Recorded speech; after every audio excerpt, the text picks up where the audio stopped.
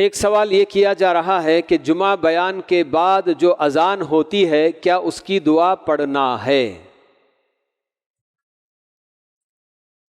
بہرحال جو اصل سنت رسول صلی اللہ علیہ وسلم ہے، جو طریقہ آپ نے بتایا ہے، اذان کے بعد آپ خطبہ دیتے رہیں۔ اب یہ ہمارے اپنے پاس لوگوں نے ایک نیا سسٹم بنایا ہوا ہے کہ ہم خطبہ جو کہ عربی میں ہوتا ہے بس وہی جو ہے کیا ہے ممبر پر دیں گے، اور باقی جو تقریر یا بیان تو اسے جو ہے ہم نیچے ممبر کے بالکل جمعہ سے پہلے ہی جو ہے اس کو دیں گے بول کے۔ لیکن جو اصل اذان ہوتی ہے وہ دوسری اذان جو بیان کے بعد ہوتی ہے وہی اصل اذان ہوتی ہے، پہلی اذان بھی اصل نہیں ہوتی ہے۔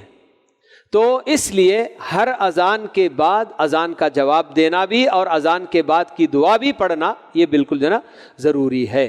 یہاں ایک بات میں یہ بھی بیان کر دوں کہ بہت سارے لوگ جب جمعہ کا خطبہ ہو رہا ہوتا ہے یا بیان جیسے کہ لوگ کرتے ہیں آج کل، اس دوران آتے ہیں مسجد میں تو سیدھے آ کر بیٹھ جاتے ہیں، بیٹھ کر اس کے بعد جب بیان ختم ہوتا ہے اور اذان ہوتی ہے یا پھر بیان ختم کر کے 5 منٹ کا 10 منٹ کا وقفہ دیا جاتا ہے کہ بھئی جو لوگ سنت نہیں پڑھے اٹھ کر سنت پڑھ لیں بول کے۔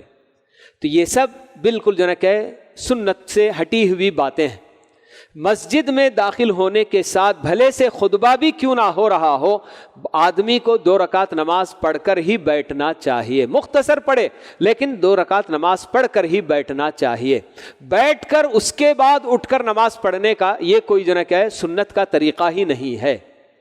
تو بہرحال بہت ساری غلطیاں جو ہمارے اپنے معاشرے میں عام ہیں، اللہ تعالیٰ بس ان سب غلطیوں کی نشاندہی کرے اور لوگوں کو صحیح سمجھ عطا کرے اور وہ صحیح سنتوں پر عمل کرنے کے لیے آمادہ ہوں۔ اللہ تعالیٰ سب کو اس کی توفیق نصیب فرمائے۔